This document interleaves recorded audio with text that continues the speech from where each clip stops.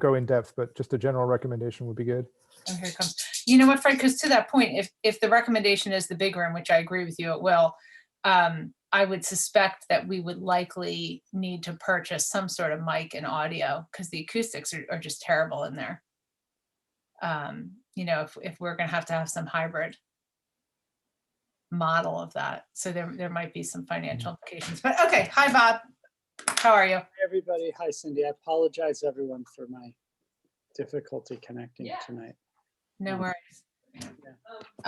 Okay, let's get started. I just want to announce before we get started with our finance and administration meeting that Mona has stepped down just because of her workload in teaching from finance and administration, and Bob will be taking her place. So I will amend the agenda today.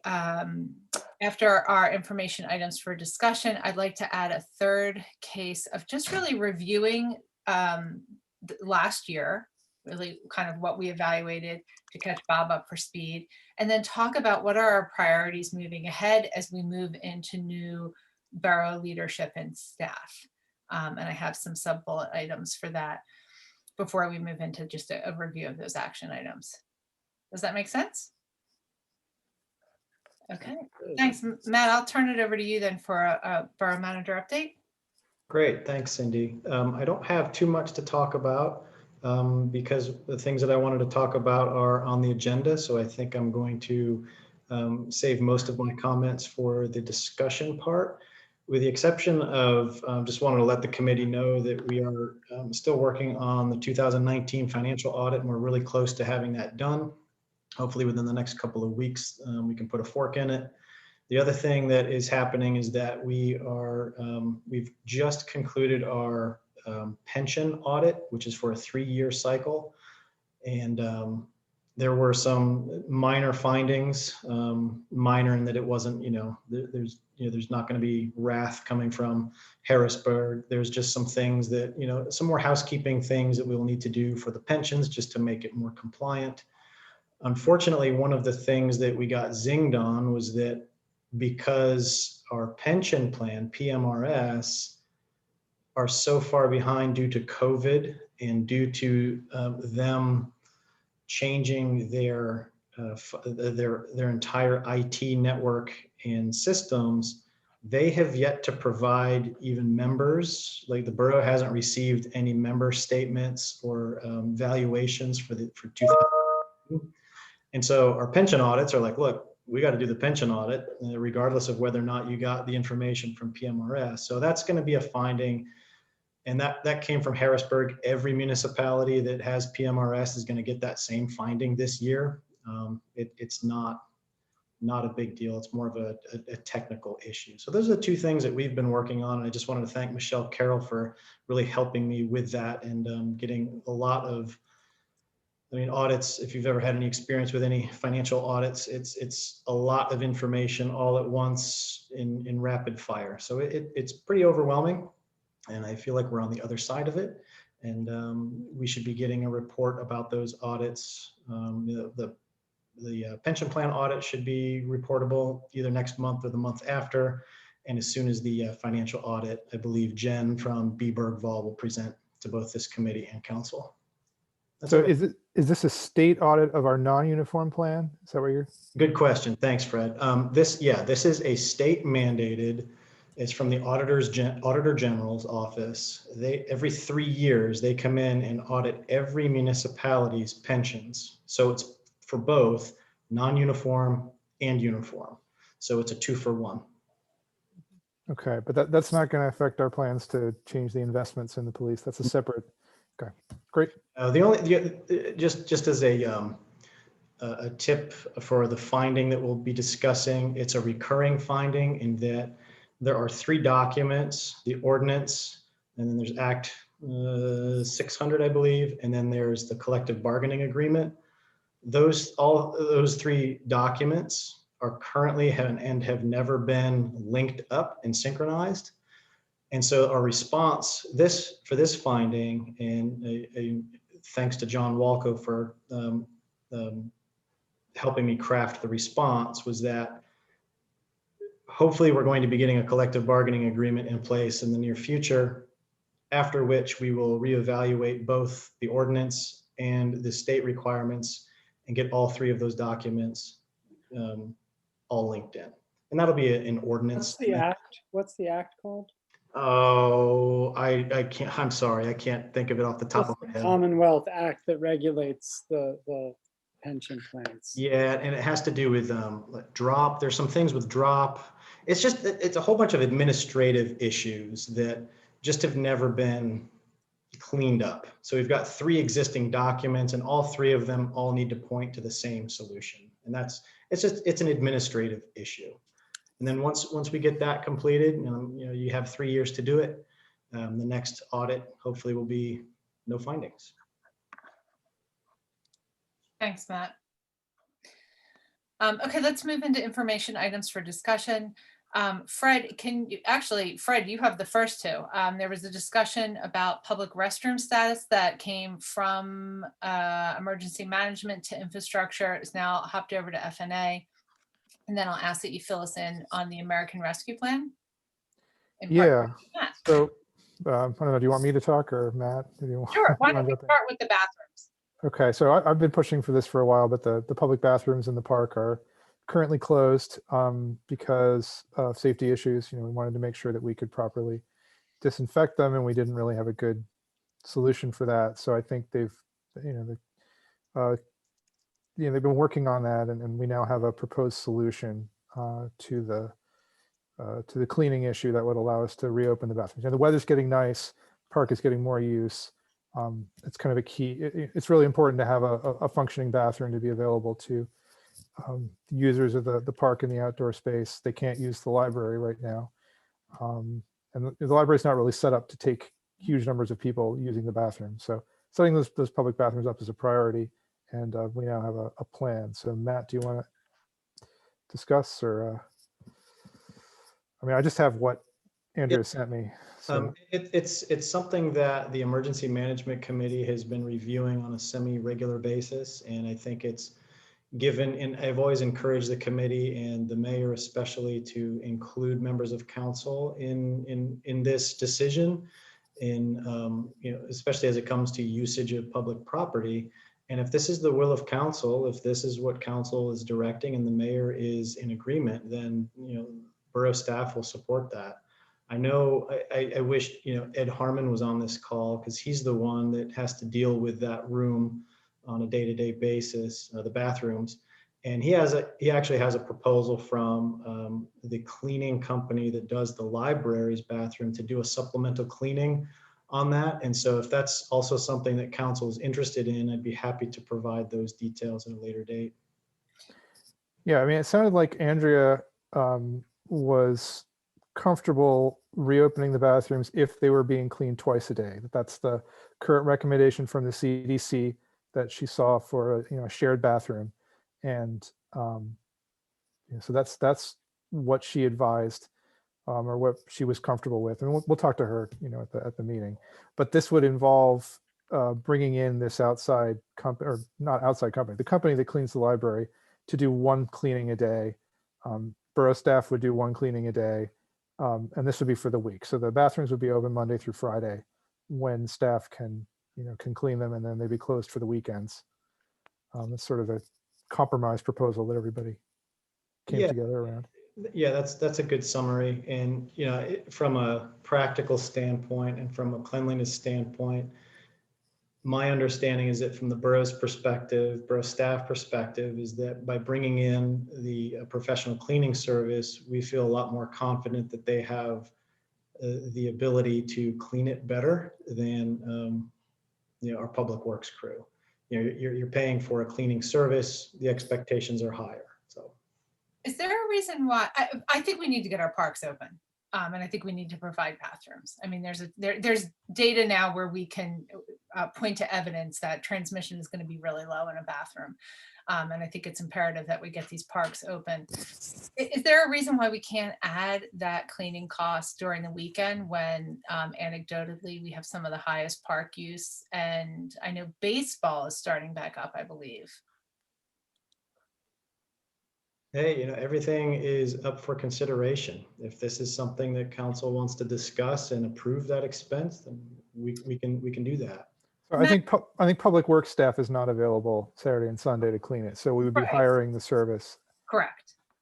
I would like, Matt, can we ask Ed to give us that breakdown for what's proposed as one time, as the 5 times, as I hear it, Monday through Friday for the cleaning staff? And then can we have an additional cost or a breakout for the weekend?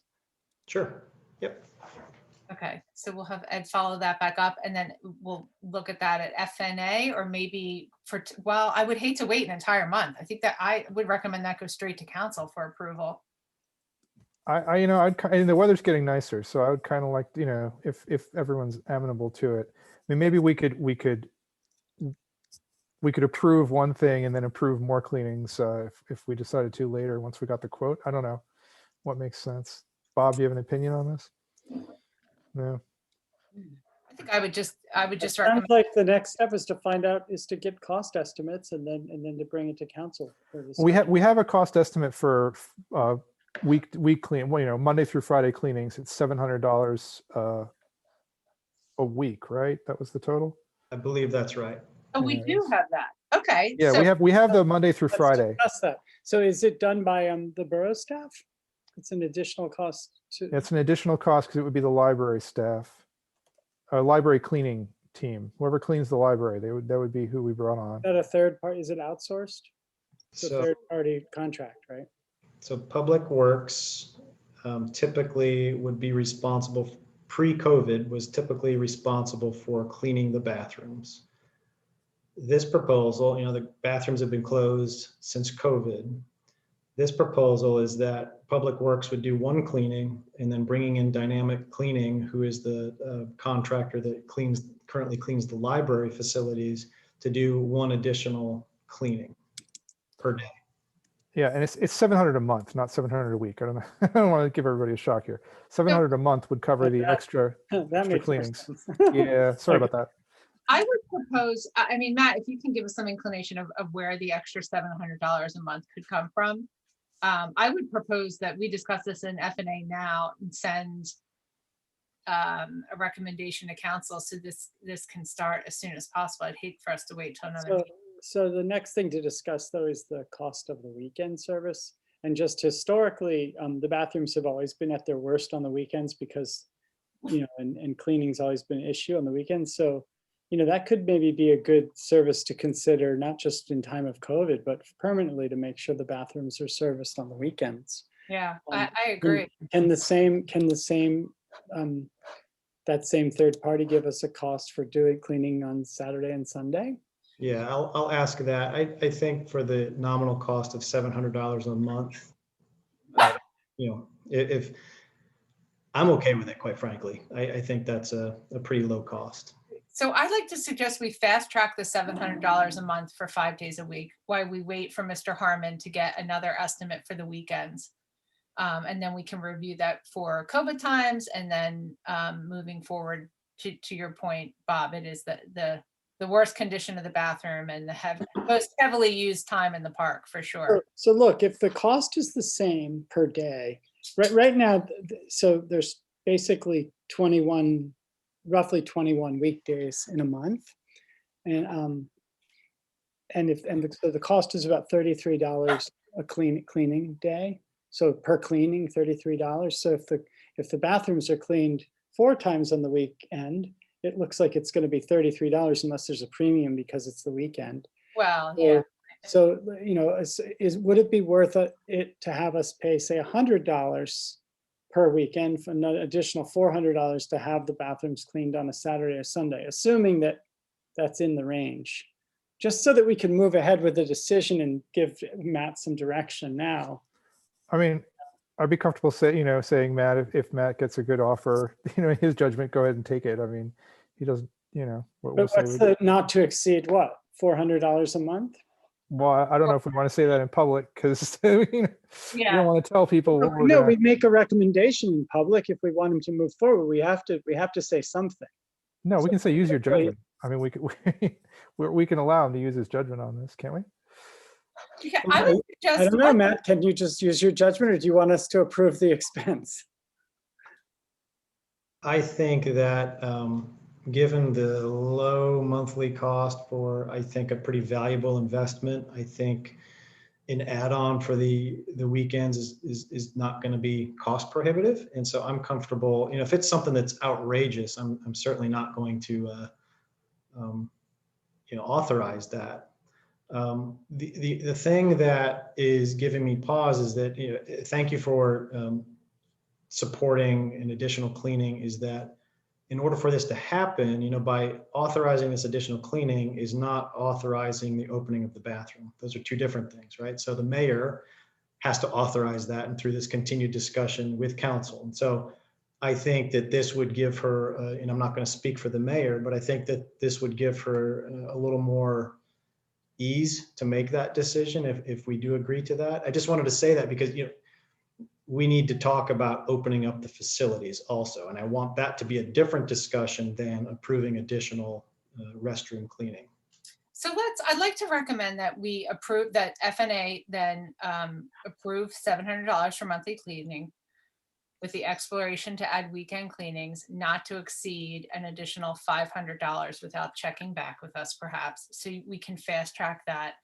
So that information, so Andrea has it to make a decision to hopefully update the parks. Perhaps, those bathrooms are in such poor shape, maybe that gives Public Works time to paint them or do something to get them in tip-top shape before we pay to have them clean. And if we're comfortable moving on with council with that, I'd really like you to get that word out so we can open up our parks and public spaces safely. Does that make sense?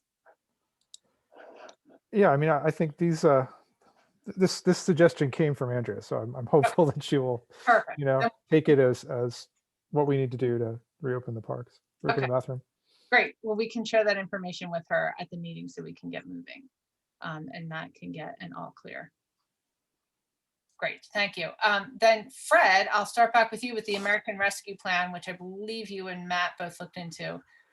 Yeah, so this is the stimulus plan that was passed last week by the federal government. So it includes money for state and local governments. So Narberth, it looks like, is due to get over $400,000 from the federal government.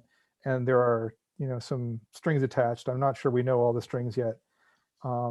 So Matt, talk a little about your understanding. Yeah, great. Thanks, Fred, for tipping me off. It's funny because all of my municipal management colleagues, they were there like, wait, what? It's like you found it like the same day that everybody else found it. And so it's, oh my goodness, windfall. So thanks for tipping me off. So you're right. The federal government has allocated a big chunk of change for municipal governments, and you can look it up statewide. It looks to me like it's a pretty simple calculation. It's $1,000 per person. Since we have about 4,200 people in Narberth, we're getting $429,000 and some change. What is unclear is that I read a couple of summaries, and I've read a couple of analyses about it. Believe the federal government is going to release the funds within 60 days to the states, and then the states will have 30 days to release it to municipalities. The first year, municipalities will get 50% of the money. And then the following year, you get the last 50%. So that's the allocation part of it. I don't know how it's going to happen. I don't know where it's going to come from. I don't know what bank account it's going to hit. Those are all of the accounting details that are still yet to be figured out. There are mechanisms in place for the borough to receive statewide money. We already get state money, so they already have our account information. The thing that gives me pause is, Fred and Cindy, the three of us looked at the criteria of what you can use it for, and it's pretty vague. And so given my experience with federal money always comes with a lot of strings attached, usually a lot of administrative strings attached. I just want to, it's exciting. I think we should start thinking about how we want to invest this $429,000. However, I don't want everybody to get really attached to what we're going to use it for without fully understanding what strings are attached and what specifically will be able to use it for. The things that I like about it, the last eligible items are investment in infrastructure and water and sewer. My goodness, that would be a great shot in the arm for our sewer infrastructure that has been not maintained over the years. And so that would be a great investment in that. What I don't know is that what I did also read, sorry, my mind's going all over the place. I believe the money has to be invested and used by December 31st, 2024. So there will be a time limit. And so we're going to have to start thinking about this, working with the borough engineer, of course, to come up with some shovel-ready projects and get them designing some plans for this infrastructure. Nobody knows those specifics yet.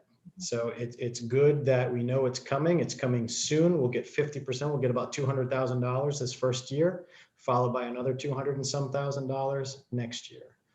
Once I know more about those details, about what exactly it can be used for, I'm certainly going to bring that to council's attention. Be nice if we could use it for our bridge. Well, that's the next discussion. And so our bridge is actually going to be Good segue. Yeah. You know what? I would actually even suggest before we move on that I wonder if Madeline Dean's office would hold some sort of webinar, training, Zoom for municipalities to really run through these details. That feels like the most efficient model. So we're all learning at the same time. I'm happy to reach out to her office if that makes more sense, Matt, to maybe request that. Yeah, I don't believe the details are known yet. Mhm. So that's what we're all waiting for. And so Fred pointed me to the PSATs, Pennsylvania State Association of Township Supervisors, PSAB, Pennsylvania State Association of Boroughs. They've all got the document out there. They're all regurgitating the same thing. We've got a million eyes on it, right? We've got professionals in both of those organizations whose job it is to look at legislation, decipher it, and tell you what it is. They don't know what it is yet. So everybody's just kind of holding their breath and waiting for those details. Sure. It was a significantly long document, and I believe they are working on it right now. And it should be relatively soon. I'm not expecting it's going to take months and months. I'm probably weeks before we know what exactly it will be. Great, thank you. Well, then perfect segue into our next point, Bob, is I asked Matt just for a Narberth Avenue Bridge status report from the financial end, and how obviously we were about a year behind where we thought we'd be, and how that affects our financial forecasting and budgeting. Yeah, so it's thanks COVID, right? It's pushing us back again. As I've said, as I've presented to council, one of the tricky things with any major construction project, regardless of what it being in Narberth or regardless of it being a bridge, is anytime that you have right-of-way acquisitions, that could take years. Thankfully, ours is not going to take years. We only have, I'm going to call it 1.5 more parcels to go. We're still waiting to finalize the Amtrak right-of-way. They have signed off on it. And then we have 198 Elmwood. That's the last parcel. And we're in last discussions with him as we speak, or the property owner, to come to an agreement. Once that's done, there are so many different aspects on it, as I presented to council previously, because there are so many utilities on that bridge. It's going, even when the final plans are approved, it's going to take about a year to relocate all of those utilities, and the bridge will still be there. The bridge still needs to be there when Amtrak and SEPTA's infrastructure is relocated. An entirely new superstructure will have to be built to change all of the electrification for the railway. That's the first thing. And then there's a gas line, and there's an electric line, and then there's cable that run on the bridge. All of those things then have to be relocated before the bridge can come down.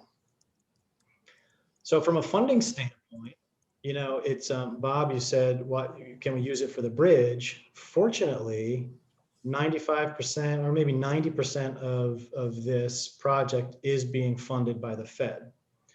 Surface Transportation Program, which is a block grant program, is funding this 90%. And there's I think maybe oh goodness, maybe 85, 10, 5. I can't remember. The state For the bridge, is it at 80, 15, 5?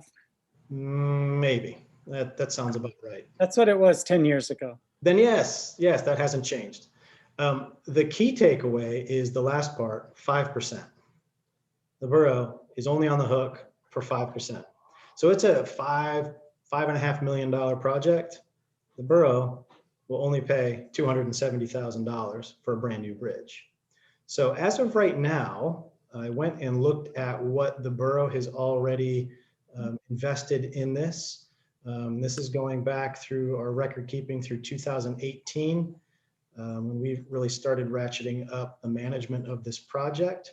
To date, the total expenses that have incurred are just under $253,000, for which the borough is only on the hook and has only paid just under $13,000. So it is still quite a significant steal. Given the complexity, I know there's a lot of, everyone wants it done, including me. This is the thing that keeps me up at night in Narberth. And we are inching forward. And I know Mr. Bush asked for a quote about how much it would cost to just do repairs on the bridge. And unfortunately, I have not been able to hear back from our project engineer on that. It's going to take a little bit of time. I was hoping to have it today, but she wasn't able to get that to me today.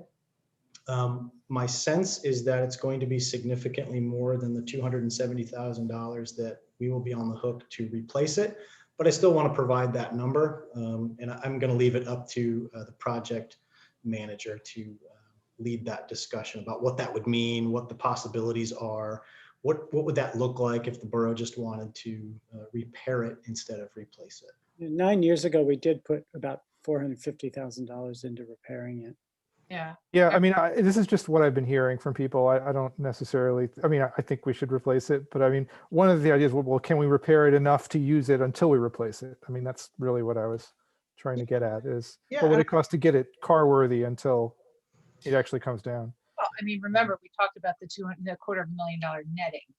So I can't even imagine the cost to have it repair a Band-Aid enough to have some cars and traffic go over that, given our timeline. But I appreciate you looking into those numbers in that review. Thank you. Yeah, and I think I just thank you all for keeping it in the forefront, because I do think it's valuable to have these conversations and just to reinforce why we're going through what we're going through. Arguably, this is one of the most complicated projects in Montgomery County, just with everything that's happening on it, with all the facilities that are on it, the close proximity to buildings, thinking about how they're going to get a superstructure in that area. All you have to do is go and stand on that bridge and look around and look at all of the aerial utilities that are there. Look at the very tight radii that are there. How are they going to bring a crane in? It's going to be a challenge. Yeah. And so all of these things take a lot of time and a lot of engineers. And again, we've got Amtrak, we've got the Fed, we've got the state. Every single bureaucracy, major bureaucracy, has to check all of their boxes. And that takes time, and you can't get it approved until all of those boxes have been checked. Matt, may I ask that you add an update in the flash, just brief updates on the bridge? The last couple, I haven't seen any updates because I don't think there is anything major, but I think even just some bullet points to let folks know that there is a right-of-way acquisition process, or 1.5 properties or parcels left at some point on that. Yeah, I think that is valuable. I see that. Maybe I could say, could I get you to agree to a monthly update? Like, Sure. I just think, like, every week is just like, Yeah, there's nothing to, absolutely. A monthly Yeah. email is great. And you can even, link folks back to the FNA notes or FNA agenda and meeting notes. I think for folks to begin to learn, if I want accurate information, I can check, meetings and agenda. But yeah, a monthly update sounds great. Thank you. And then we can refer neighbors to, hey, look for that flash update. Yeah, and, I always, and I often, am telling residents that there is still going to be a public meeting. Once we get the project to the point where the final design has been approved and we are actually at the point of getting input, the project engineer is going to host a real live open house, question and answer. You can see, everybody can see it, get public input. And so that is coming. We just don't want to schedule that prematurely. I know we said that we were hoping for last year, but the project just still isn't at that point where we feel comfortable having that open house yet. Great. Thank you. Going, Oh, sorry, going sorry, back Fred. to the money issue a bit. So I know there was some concern about the borough having enough funds to handle like month to month billing for the bridge until we got repaid by the government. Is it going to be worth it to like, so we're going to get this chunk of money. Should we just plan to like hold it in the general fund for as long as possible and let that take care of some of these month to month fluctuations? Is that going to be advantageous? I'm a relatively conservative financial kind of person. And anytime you have big chunks of money, I like that sitting in an account somewhere because it does give you that flexibility and peace of mind that you are able to cover those expenses. It is going to be an issue. Cash flow will be an issue, right? So even though the borough is only on the hook for 5%, the borough gets invoiced for 100%, right? So we have to pay. We're going to be paying. It'll probably be over $1 million invoices on a monthly basis. We have to pay them within 30 days. And then once they're paid, and only after they're paid, can we submit them to the state for reimbursement. And the reimbursement process can be a challenge, not from a borough standpoint, but from getting them to respond in a timely manner. You have to stay on them. Michelle Carroll does an amazing job riding them and making sure that they're, making sure, hey, where is this reimbursement? So that's the problem. It's not that, the borough is only going to be paying 5%. It's the cash flow problem of we have to pay 100% of it and then ask the state for that reimbursement. That'll be the logistical accounting issue that we'll have to explore. And yeah, Fred, Sean hopefully had thought when we get, oh, I'm sorry, Fred, hopefully when we get those details, I mean, if hopefully the funds aren't restricted and we have the ability to do that.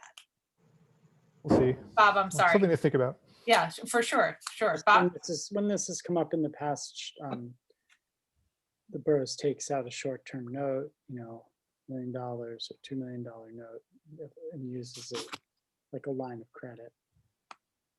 Which then increases. Sean talked about doing that when too. he So- thought we were going to be going to construction this year. Yeah. okay.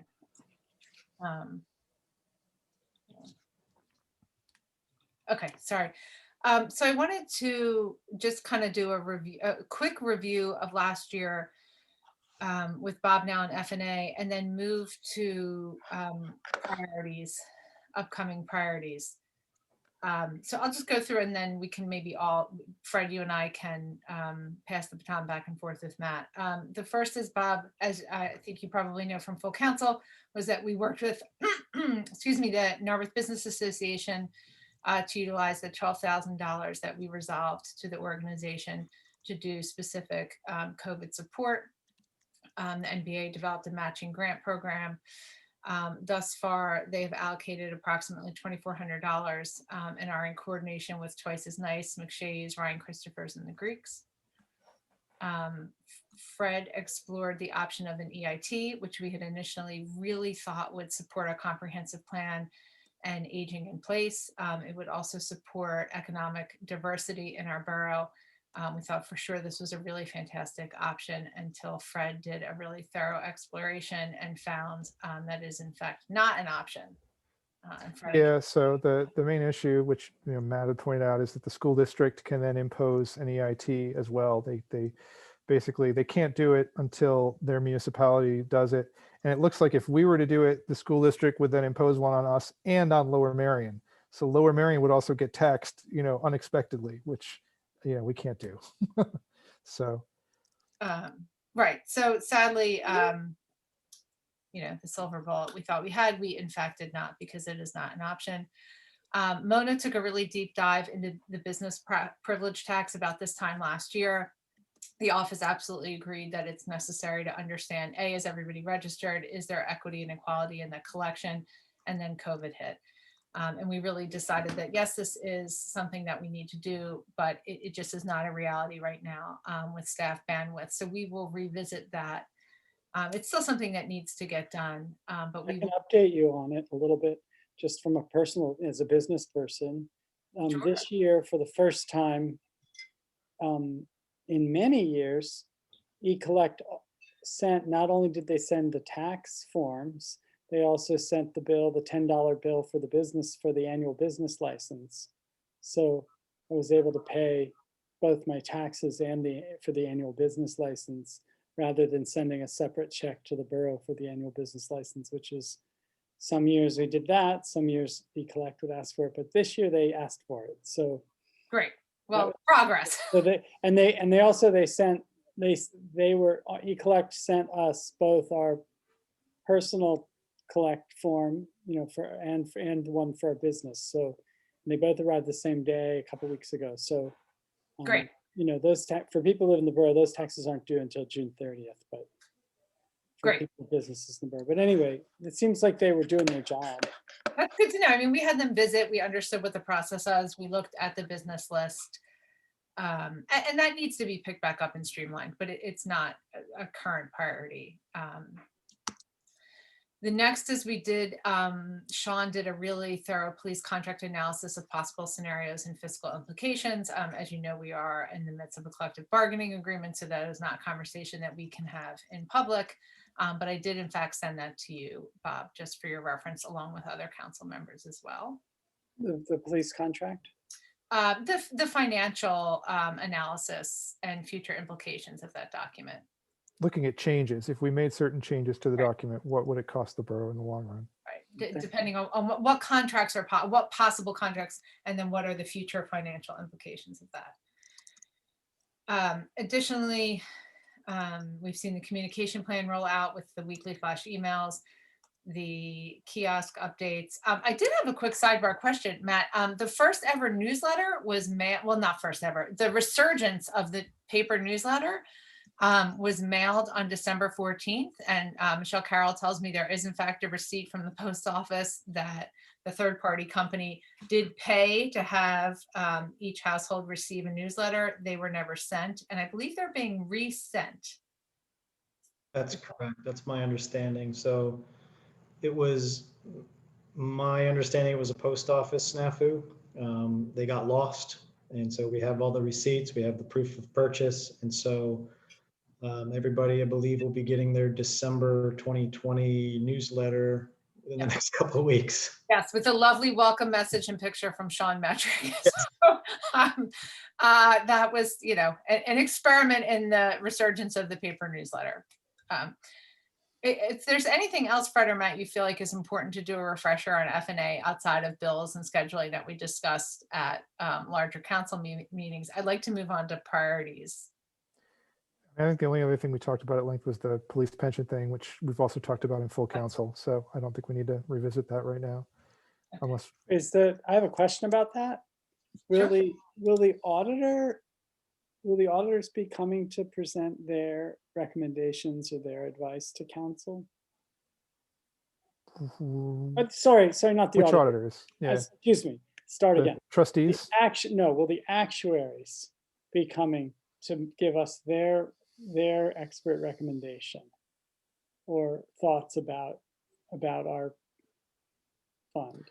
So I think the next step is to have the trustees in, or somebody, one of the trustees, and I think they weren't ready to have that discussion until they'd met, and because two of them are new, right? Could we hear from both the actuaries and the trustees? Well, have you heard anything, Matt, from the? So the Board of Trustees is in the process of selecting a financial advisor. So with the change over the membership of the Board of Trustees, they've lost a great deal of institutional knowledge from actually managing the funds, and none of them feel comfortable actually physically managing the funds. And so they need somebody to be that person. And I believe that they have been given the green light and they've been coordinating with Walco on that. And that's the next step. So the trustees need to hire that advisor, and then the advisor will be working with the trustees and the actuary to come up with their plan, at which time I would recommend them coming back to council to talk about council's wishes. That's the way I see it playing out in the future. I guess the reason I'm asking about the actuary is, like, it seems like the trustees part is the investment.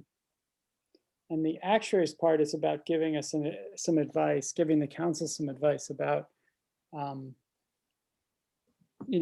our contribution.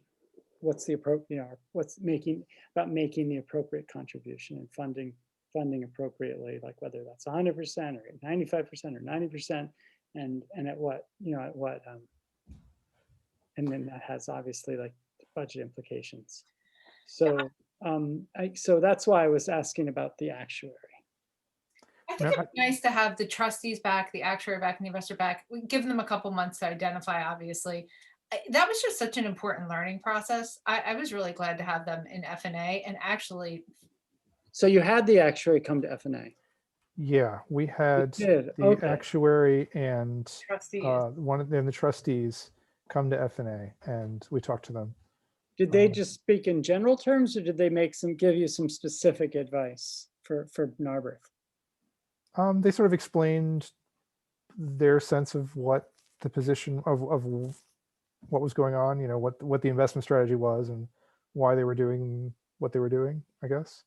I mean, well, there's two things. There's the investment strategy, right, is one thing. That's what the trustees we're counting on the trustees to follow our direction on, like, whatever strategy. But I'm talking about the contribution to the pension fund, which is something the actuaries would advise us on, not the pension trustees. So did the actuary give you a specific recommendation on contribution, rate of contribution? They talked about, they gave us some information about what other municipalities are doing, what would be a reasonable rate. I mean, ultimately we have to set the rate. We have to say, okay, we think this is the right this is the right. Ultimately we decide, okay, we're going to invest in such a way to get some sort of return. We have to come up with that's the first issue. That's the issue that the pension fund. I'm talking about the actual contribution, the budgeted contribution to the pension, not the investment strategy once with the pension fund. So the actuaries come in and they perform, they throw it in an algorithm. I mean, they're not really giving us advice. They're giving us the output of an algorithm. So I don't know that their role really is to give us advice. The role is to say, okay, these assumptions are all fine. You can choose where to land in all these assumptions. That's where they're looking at our actual retiree role, our pension role. They're looking at how many future retirees we're going to be supporting with our pension. They're looking at, So did they leave you like a specific chart or something that I can look at, or the council can look at? Oh, sorry, Fred. Yeah, I mean, if you look at the audits, I'll have to look. I'll see what they've given us. If you look at the borough's audits, they include an audit of the pension fund is in there, and it includes a discussion of what would happen if we changed our assumptions a little bit one way or the other. Where would the contribution go? Okay. I'm trying to remember what else they gave us. So they gave us a comparison of other municipalities. I'd like to suggest that we let our new trustees get settled. I know that they're identifying an investor that we didn't have in the past because our trustees were in fact investors. Let's invite the trustees back with the actuary, and we can ask the actuary for the advice and the trustees. I would like to give them a couple months to identify who that investor is. So maybe we shoot for June. I mean, that might be a nice. That sounds really good, Cindy, because I think having the actuary in the room with the pension fund and the council at the same time is a good call, so that we can all be hearing the same thing. And then that gives us from June until whatever budget season to figure out. Yeah, I mean, the only thing I'm worried about is I think we're already past the official deadline for this. So hopefully we'll continue to work. Put something in the budget for this year already last year. It's a little complicated. So I think I'm on the same page. I think we have to wait until they have the new investor and until they've had a chance to talk to them before we can do anything further. So that's June, maybe. I mean, we'll see how they proceed, but I guess I agree. So that's enough. So then moving on to priorities ahead. I have two that I'd like to suggest. And then my hope is that we can brainstorm, and then really when we have a transition of borough staff and leadership, FNA can really present, this is what we've done and explored, this is where we hope to go, and can begin to offer that conversation. So if you don't mind, I'll suggest, actually it's the first one is revisiting the suggestion that FNA had identified some time ago, and that is to develop a grant process and a support system with a new manager where FNA can serve as either part of that process, a co-creator of that process, identifying what resources within council and perhaps the community can help to really aggressively identify and pursue grants. So that would be a priority that I suggest FNA consider. I agree. Thoughts? Bob, thoughts? Sounds great. I mean, I think identifying grants and, you know, ideas for grants is is the easy work. I think the hard work is to prioritize the grants and really, you know, help the new staff focus on what, you know, our priorities. So there's probably a lot of money out there, right, for different things. But the question is, you know, and this is it's just a question we can't answer until we have a conversation with whoever will be the new management. I mean, you know, because there is a bridge to build, there's you know, there are already some pretty major projects going on. So certainly if we can find and identify grant funding for things that we already know we're going to do, I think that'd be great. Absolutely. So I'm not even suggesting that we move to identify, but that we back it up far enough to say we are just going to revisit a grant philosophy, process, and support system. Okay, you said to co-creator, to identify with council and within the community to identify grants. That's what I typed, the words you said. So that's where I came up with the word identify. Sure, I think that will be hopefully part of the process, but I really think we have to probably start even farther back to what is our grant philosophy, what is that process, and how do we co-create a support system with, again, within the, you know, the office, the council, and leveraging our community resources. Do you want to start talking about those questions now? No, I think, again, Bob, I think for now, I'd like to just get through what are our list of priorities, and then maybe we can dissect those. Particularly, I think that one, we really want to wait until we get some new staff and management in the office, because it's something that we really, you know, I would prefer us not to dictate that, but rather partner in that topic. Okay, sure. The second issue I have, then I'll turn it over to the two of you, is I would like to suggest that FNA work pretty strategically with public health and safety to really develop the new budget line under public safety. If you remember in doing the budget with Mr. Metric, we added an infrastructure and built environment under the public safety.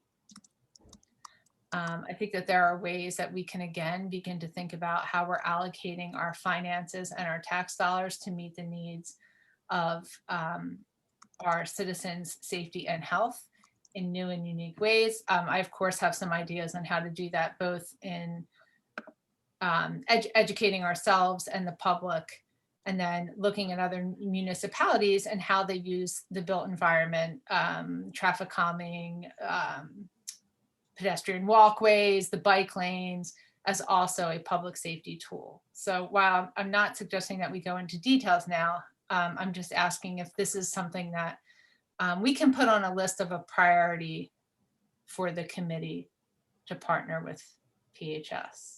Which budget lines? You referred to budget lines, so I'm wondering which ones in particular. So we added a budget column under public safety, which is traditionally just police and fire.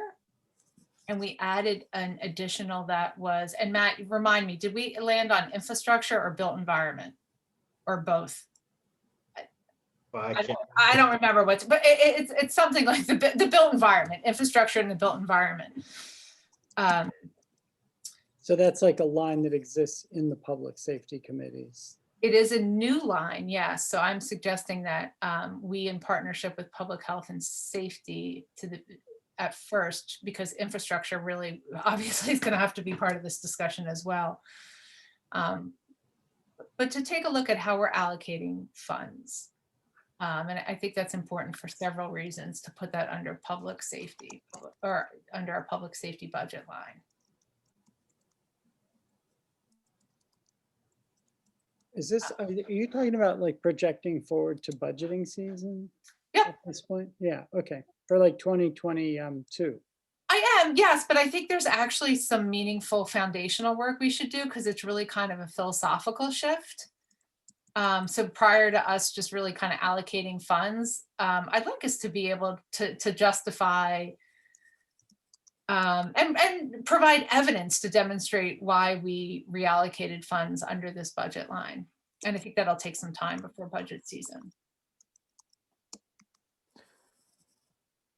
Those are So my those are like big, so those are big categories, both the grant one and this one. When do we start discussing what those things mean?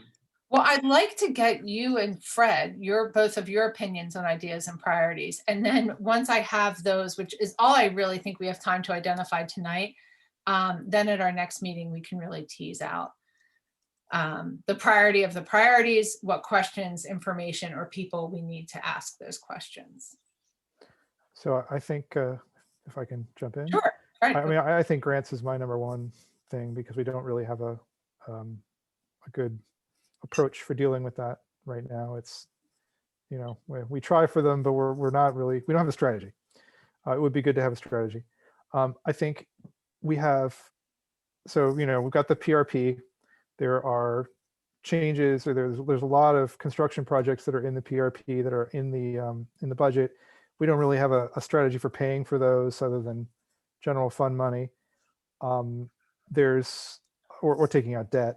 There's some potential for you know, putting a tax on stormwater runoff one way or the other. A tax is the wrong word. There's some potential for capturing money for stormwater projects by you know, targeting impervious surfaces, by saying, okay, the impervious surfaces are causing the runoff, so you have to pay for your impervious surface, and that's going to be used to fund stormwater projects.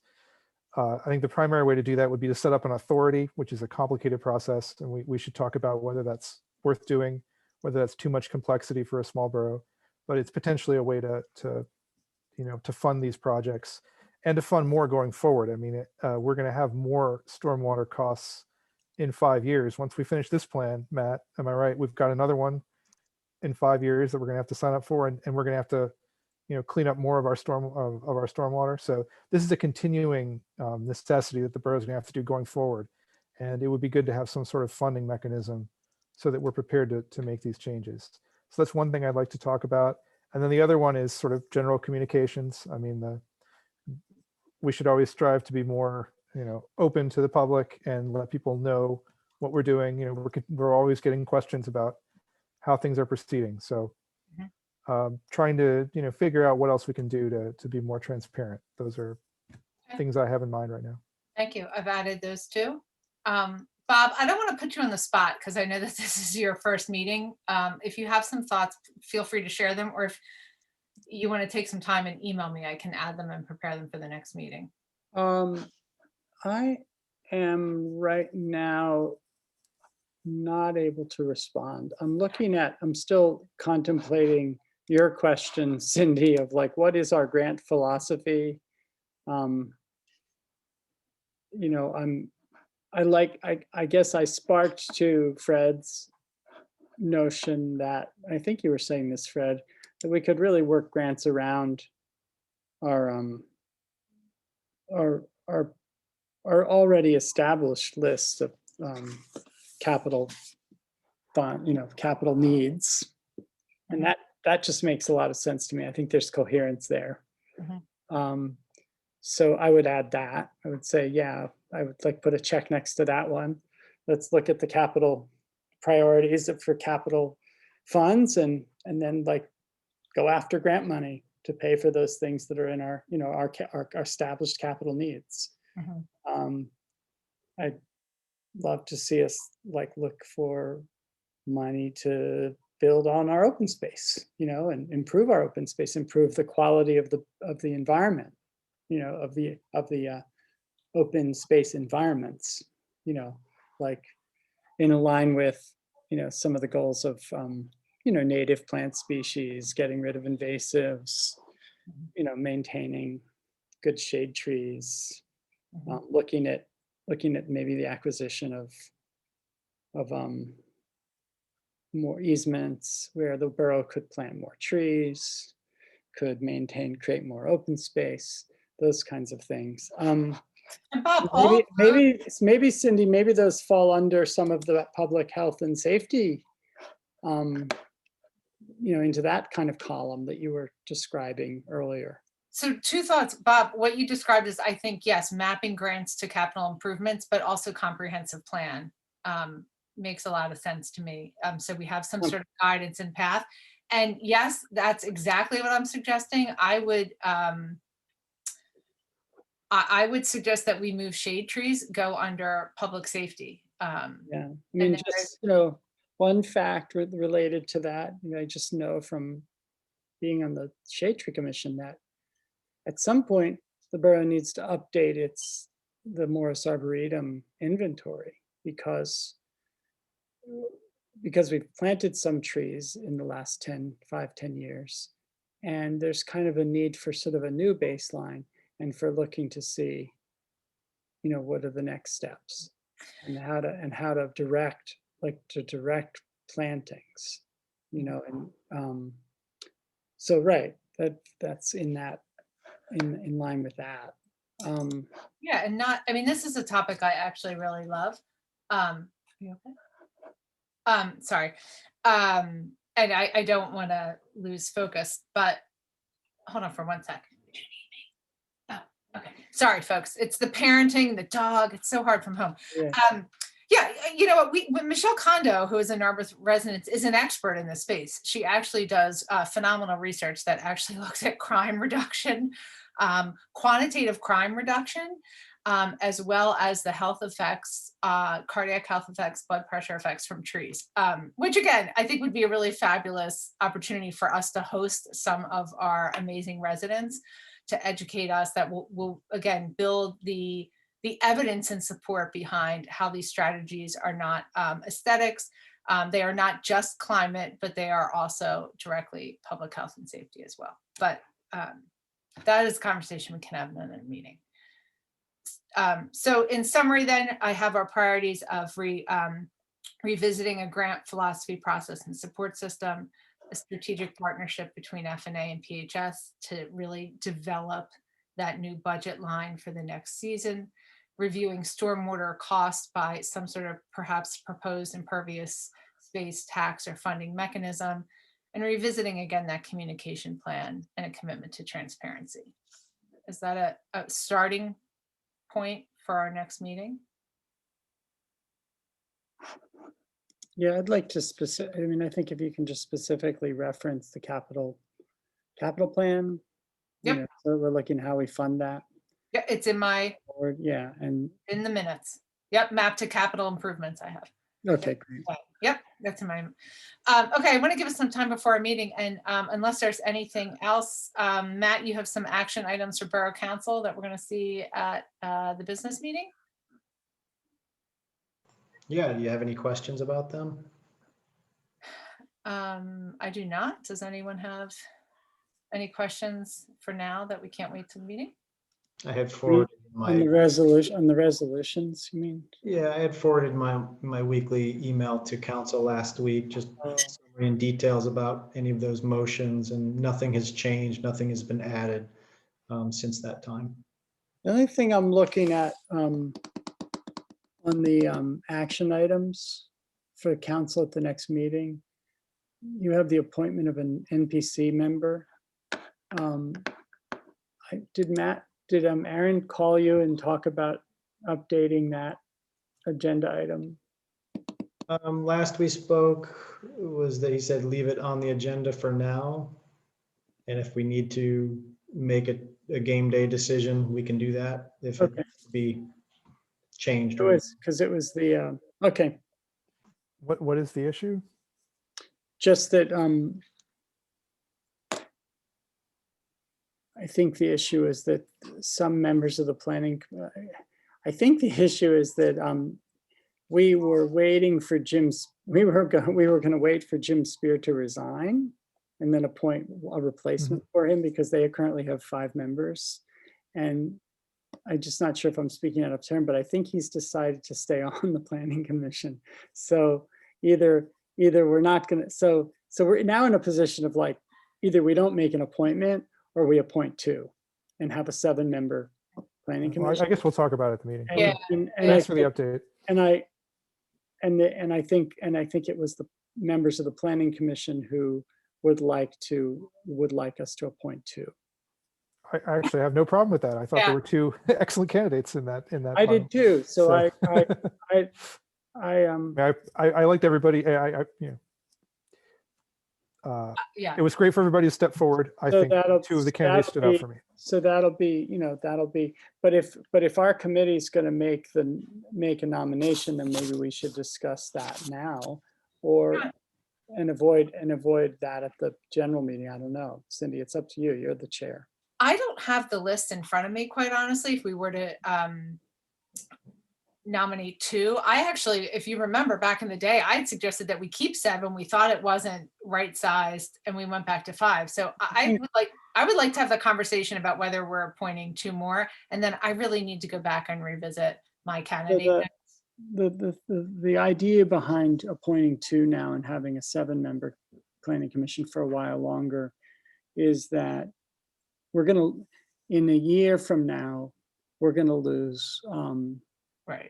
2 terms expire in the same year. It's Mr. Cornwell and Mr. Brower expire in the same year. So then we would basically, if we appoint 2 now, we would be dropping to 5 at that point in time. But by appointing 2 now, we can get some generational transfer Absolutely. of knowledge, and those people can meet each other and begin to, build more Absolutely. group. So, but I'd like to hear, Fred, who you think, because if you and I are thinking of the same 2 people, we could make that as a recommendation from the committee. Can we, Bob, just because I really I do have some thoughts on one, but so I'm not ready to make a recommendation from the committee yet, because I don't have that in front of me. So it's going to be a discussion during council, I guess. Yeah. Okay. Okay. I want to leave us some time to get something to drink before the meeting. And we lost Patty. Okay. I'm sorry. I thought we had some members of the public that may be here for public comment. Do you have Ira and Michelle? I have And Ira, Barbara. And Barbara. Barbara, and we lost Patty, but I will open up any public comment. Ira? None from me. No, Barbara? Excuse me, the only thing I would say is I really do encourage you to have both the actuary and the pension plan trustees give you their expert opinion. And the actuaries can give you more targeted advice about our pension plan if you ask them for it. Now, granted, that's not going to be free necessarily, depending on what you ask, but it would be money well spent to know what they recommend. So I just urge you to consider that. Thank you. Michelle, anything as a public attendee? No, I'm just hanging out and listening. Okay, well, I'm sorry if Patty's listening to this later. Please email us if you had a question or a comment. With that, I will end F&A unless there's any questions. This gives us time to get something to eat and hop back on in 15 minutes. Good. Okay. Thanks all. See you in a little bit. And Matt, it's a new Zoom link, correct?